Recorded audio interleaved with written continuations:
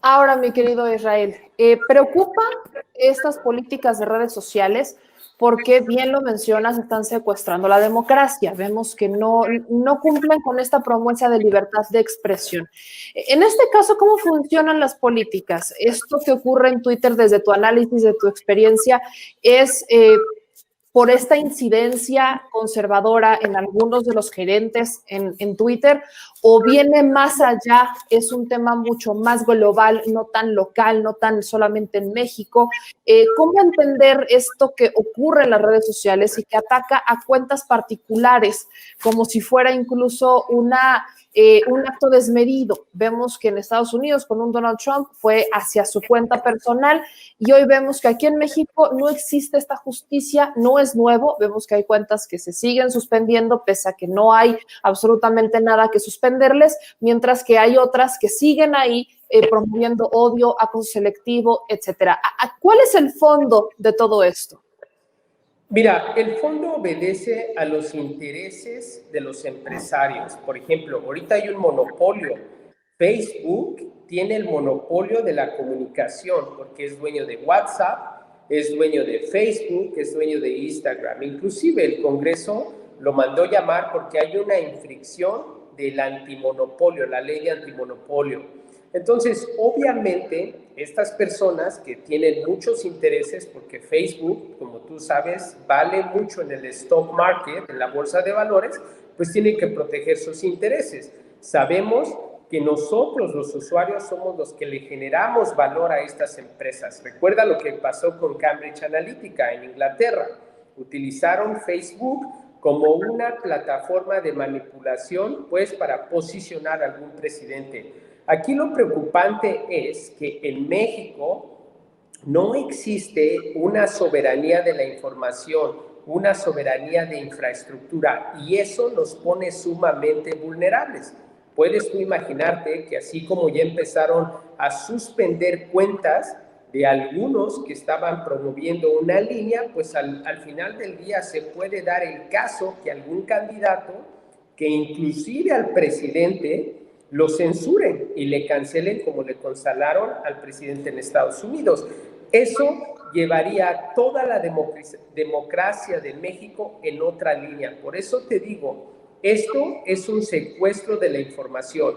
Es decir, en unos países, por ejemplo de Asia, el gobierno es el autócrata, el unilateral, el que impone la regla y censura el contenido de los ciudadanos.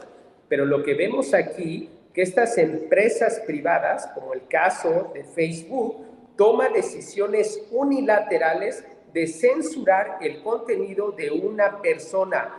Y ahí sí hay una evasión directa a la presunción total de la libre expresión de pensamiento para los ciudadanos y las ciudadanas mexicanas. Hay una evasión a la Carta Magna en su artículo 6 de la Constitución. Mi pregunta es, ellos vienen aquí a México, obtienen muchos beneficios porque vivimos en la era digital y tecnológica, que en esta epidemia nos forza a utilizar más estos medios de comunicación y por ende nosotros le damos mucho más valor a estas plataformas. Pero al parecer, esa posición que ellos están tomando en censurar este contenido está sumamente erróneo, sumamente delicado y de una alta preocupación, dado que estamos a punto de entrar a un proceso democrático de elecciones. Estoy sumamente preocupado. Insisto, como bien lo dijiste tú, Meme, hay cuentas que tienen bots que promueven una línea ultraconservadora y que no hacen nada con esas cuentas. Y estas otras cuentas las empiezan a censurar. Creo que sí es necesario alzar la voz, creo que sí es necesario crear el marco jurídico y creo que es necesario en esta era digital y tecnológica donde el activo de más valor son los datos, que bueno, si estas empresas internacionales van a venir a generar ganancias de los datos de los mexicanos, pues que respeten las leyes mexicanas. Y para eso hay que crear, fortalecer el marco jurídico, pero tenemos la Constitución, la Carta Magna, que nos garantiza esa libre expresión de pensamiento en su presunción total. Mientras el discurso no invoque a la violencia, a un crimen o a privar de la vida a una persona, es libre expresión de pensamiento. ¿Por qué no han suspendido las cuentas en donde difaman a una persona inocentemente e incluso le ha costado la vida, porque ha habido linchamientos en contra de las personas y linchamientos que han costado la vida? ¿Por qué esas cuentas nunca han sido suspendidas? ¿Y por qué estas cuentas, donde hay libre expresión de pensamiento por una línea política, ahí sí hay una suspensión de esa cuenta? Yo creo que es alarmante la situación.